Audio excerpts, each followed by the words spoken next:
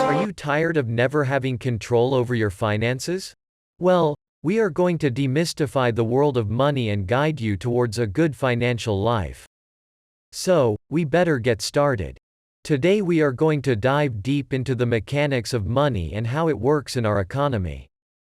However, to understand how money works, we must go through a brief history of money. First, knowing the history of money is essential to how it works. Money has been around for thousands of years, and it has taken a lot of different forms over the years, from exchanging products to seashells to gold to paper money to digital money such as credit cards, bank transfers, and digital currency. As you will notice, the value of money has varied throughout history. But the question yet remains the same: what is money? In simple words, money works as a store of value or as a medium of exchange to buy goods and services. As Bradley Vinson once said, money is a tool. Used properly, it makes something beautiful. Used wrong, it makes a mess.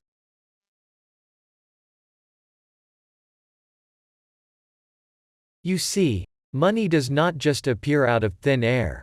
Banks play a crucial role in the functionality of money. It is created by the government and central banks by using a process called monetary policy, which we will discuss in a while. But first of all, you must be wondering, how does it affect me and my finances? To use money to our advantage, we must initially understand it. Banks play a key role in the creation of money. A bank issues new money by crediting the borrower's account.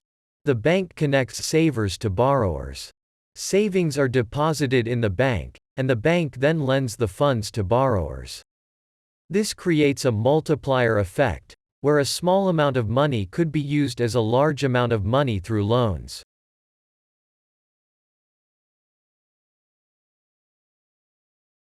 About monetary policy. In simple words, it's a policy through which the bank controls interest rates and the money supply. The central bank uses tools such as open market operations, the discount rate, and the reserve requirement to control money and interest rates. Now let's get a quick overview of its tools.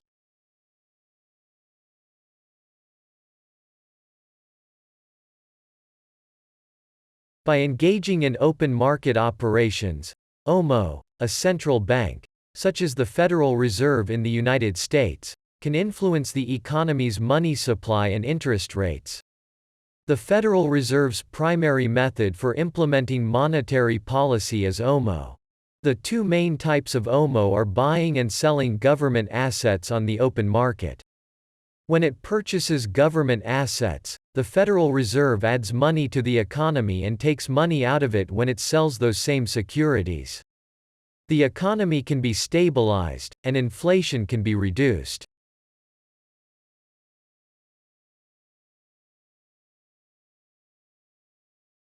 The discount rate is the interest rate at which banks and other depository institutions can borrow money from the Federal Reserve's discount window. The discount rate is a tool that the Federal Reserve uses to change the economy's interest rates and money supply. Banks can borrow money from the Federal Reserve at the discount rate if they are experiencing short-term liquidity issues. By raising the discount rate, the Federal Reserve raises borrowing costs, which can help stabilize the economy.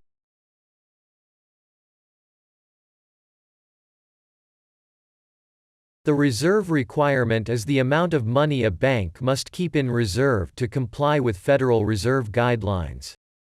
The Federal Reserve requires banks to make cash or cash equivalent deposits of a predetermined amount from their deposits.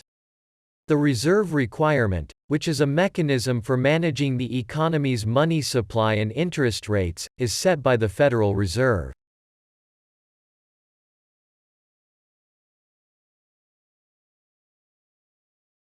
The most significant tool in monetary policy is the interest rate. The interest rate is simply the cost of borrowing money from a bank. If the borrowing money is expensive, there will be high interest or vice versa. However, but fewer individuals borrow high interest rate. Therefore, more individuals borrow at a lower interest rate because it is more affordable.